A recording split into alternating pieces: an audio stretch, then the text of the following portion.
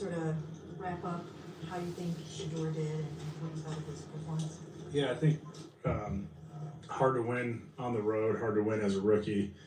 Did a nice job in some of the things we asked him to do. Our focus is really, like it's been all year, on the process of how to improve and how to continue to get better. And for these young players that are playing for us offensively, finding all those teachable moments to continue to improve on. There's a lot of plays he would like to have back. There's a lot of great learning opportunities out there. And then there's a lot of plays that he made that, helped our offense and helped us score enough points to win the game. But, again, we're really doubling down on how can we be process oriented, not get too caught up in a result of a win or a loss, and just focus on every time you come in on a Monday, there's going to be a bunch of plays that you want to correct. They're just usually easier to correct when you win than when you lose. So our focus is there on continuing to improve. I think Shedeur's done a really nice job this week of continuing to prep and really starting to hone in on the things we're asking of them, and excited for another opportunity. Seemed to really play from within the pocket a lot more than even those 2 quarters against Baltimore. What was sort of the process in getting him more comfortable to stay within the pocket? I don't think there's like a magic solution here, right? I think you just got to continue to show evidence of, hey, this is a clean pocket. This is what it looks like. These are the times where we need to stay in here and read things out. And with him, there's the balance of, hey, he can do some things creatively outside of the pocket. Like, when is it time to go and when is it time to stay in there? There was a 3rd down there during the game last week where felt like we could have stayed in there instead of flushing out to our left. If he's the first one to recognize those things, and then the play extension to Jerry on the big in cut, we have a little pressure off our right side that made him move right, and then that's a great example of, hey, this is a good time to get out of there and find something down the field. He does a really nice job of keeping his eyes downfield as he evades. So I would love to say, hey, there's one thing that we do that gets him to stay in the pocket. I think it's just the teachable moments that come up throughout the course of a game to show him what a clean pocket looks like. Or if we got a route concept versus coverage we really like, you might be a little bit more willing to hang in there and let it develop. And a lot of that comes with time and reps and time on task.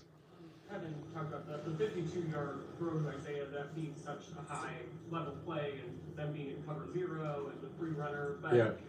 That play specifically, like, how much do you think that opened things up throughout the course of the game and opened up some of the shorter passing lanes? Yeah, I don't know if it necessarily opens things up in terms of how you're describing it. I think like where we're going to be hot on that play, we could have protected a little bit differently to be less hot.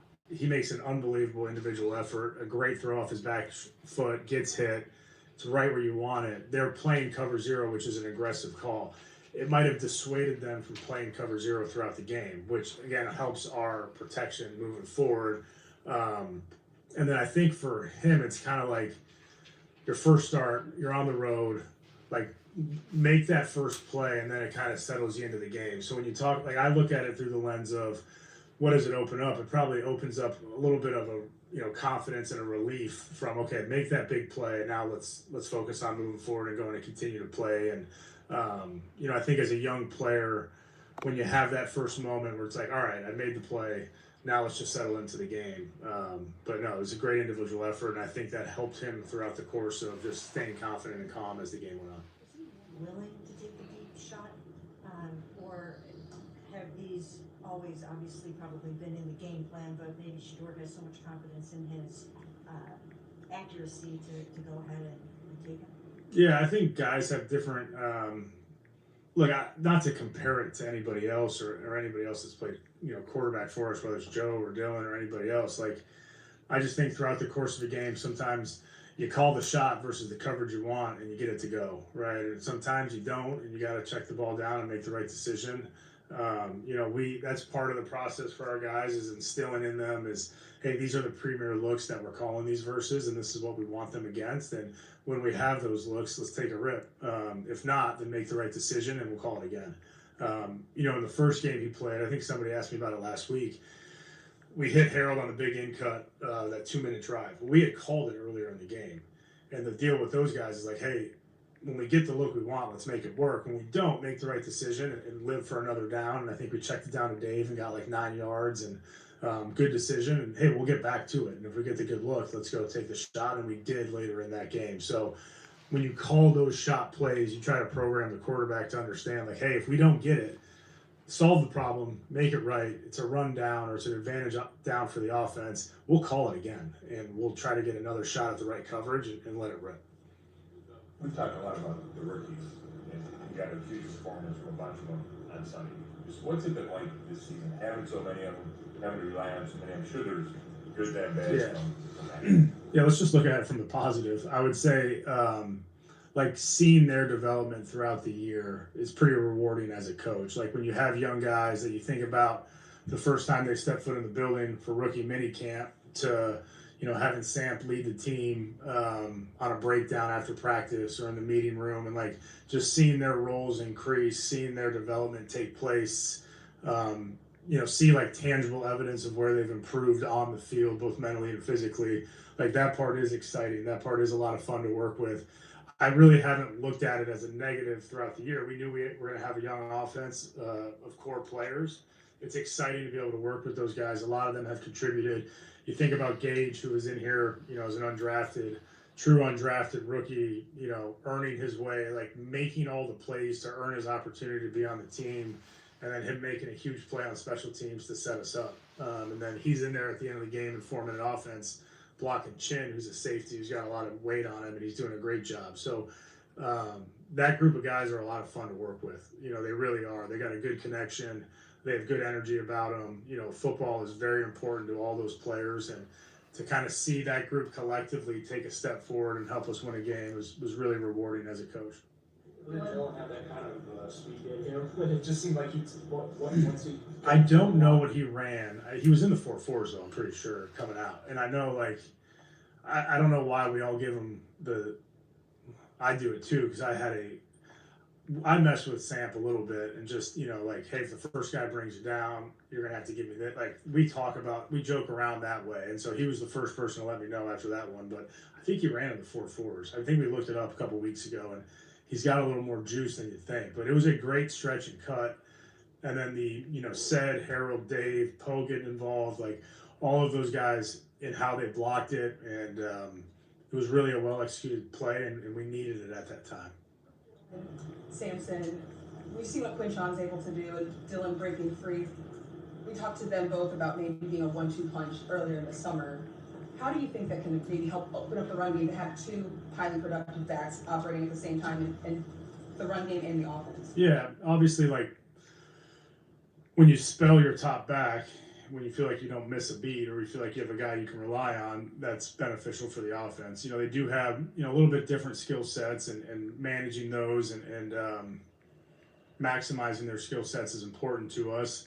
You know, I do feel like both of them have enough versatility to their game, and we've said it for a while, like, there's not a call on the call sheet where I would be worried if Q or Samp were in. Like, let them both roll. And you know, we try to make a concerted effort to get Samp more involved as the year's gone on, and obviously, he played really well for us last week, and even the week before, he had a couple nice runs there in the first couple series. So he's really when we talk about the rookie class and guys that are fun to work with and committed to doing things the right way, he's really one of those players you point to, and I'm excited for him to have the success. And everybody's talked about Q all year, and rightfully so. He's played really well for us.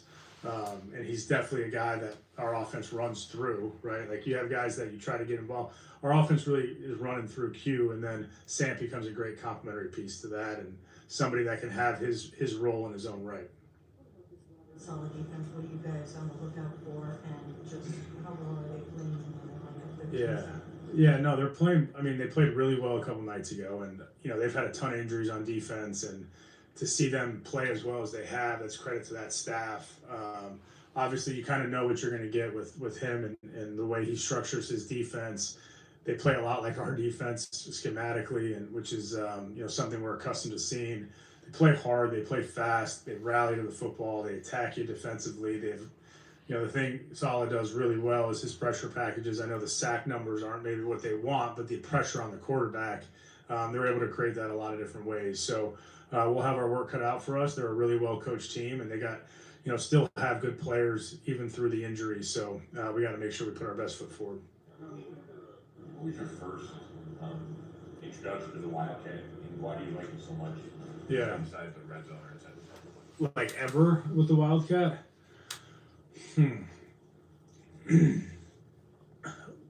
When I was working at Notre Dame, we introduced it.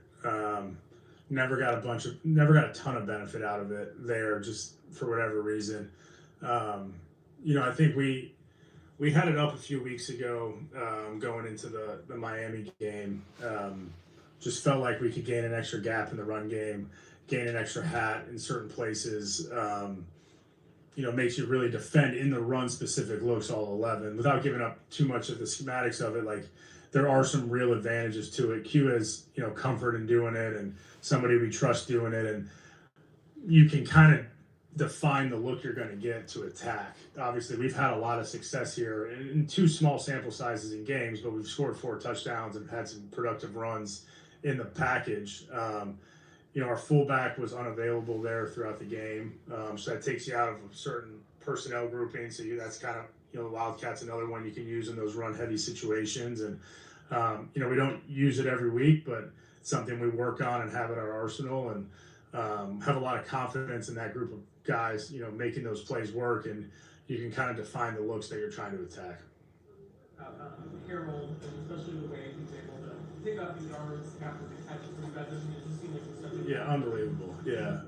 He's done that all year. We try to tell our guys, like, when you think Harold's being tackled, like, he's probably not. So keep playing through the play and keep blocking for him and keep hustling, because that block could be the difference of a 12-yard gain. And if we just stay with it, there's nobody really left. And so he's got tremendous, body control. He's got tremendous contact balance and strength. It's kind of just one of those innate things that he has. I don't have a great reason why he's able to do that, other than he's strong and he's got good balance, and he's got a real will to him on fighting through those plays and finding ways to maximize yardage. It's really an impressive trait. Cool. All right there, y'all. You had Tommy Rees, offensive coordinator for the Cleveland Browns. Very well respected, not only in the NFL, but he is also respected in the college ranks. He's been with the University of Notre Dame, as you heard. He has been Nick Saban's offensive coordinator with Alabama. There was also another university he was with. He is the number one candidate to take over for UCLA. Just like Lane Kiffin is, after he plays this game this weekend with it's Ole Miss and Mississippi playing each other. That'll probably be Lane Kiffin's last game. I think the salary is $14 million a year. Mind-blowing for him to go to LSU. I know Marshall Faulk, previous Hall of Famer, NFL running back for the Los Angeles Rams. He left the University of Colorado from being a running back coach for Coach Prime up there in Colorado. He left this week because he's taking over the University of Southern, going to be the head coach there. So we may very well be seeing Mr. Tommy Rees' last game being the offensive coordinator for the Cleveland Browns, which is not good. Not good at all for the Cleveland Browns as far as the offensive side of the ball. Not good for Shedeur, not good for Dylan, not good for any of the young rookies there at camp on the offensive side of the ball. Tommy Rees has made a big difference in the energy and the performance of the Cleveland Browns. Whatever his decision is, I wish him the best. I'm hoping that Jimmy Haslam, the owners, dangle some more carrot money to Tommy Rees, because there is a possibility that Kevin Stefanski may not be there next year. And if that's the case, if Jimmy tells Kevin, he's going to go in a different direction, that's all the more reason to give Tommy Rees some more money now with 6 games left in the season, and then bring Tommy Rees on possibly as the head coach for the Cleveland Browns next year. Definitely don't want to see the play calling go back to Kevin Stefanski. He is no quarterback developer. I don't know how he's been given the title of an offensive guru because he's proven to be nothing at all like that. He even slipped up and said on his presser on Monday, I believe, is that Wildcat was drafted up off of high school plays. He came out and said that in his press conference.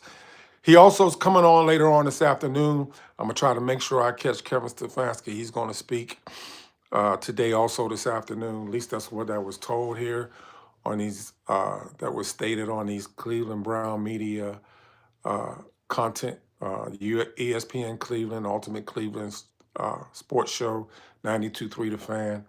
If you could help my small channel, if you could bless it, hit the thumbs up so this live feed can get pushed out. That would be greatly appreciated. Doesn't cost a thing to hit that thumbs up. Thank you for blessing the channel.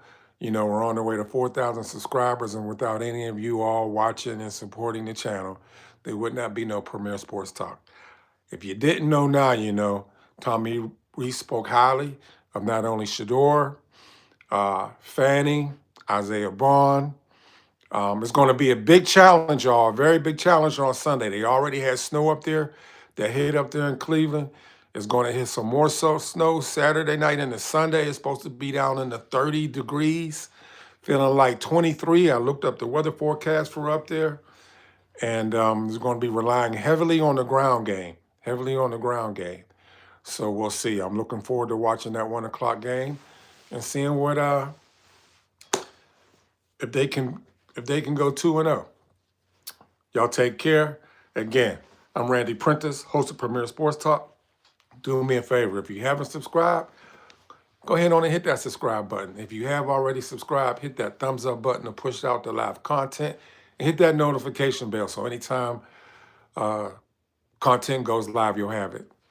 May you have a blessed day and be a blessing to others.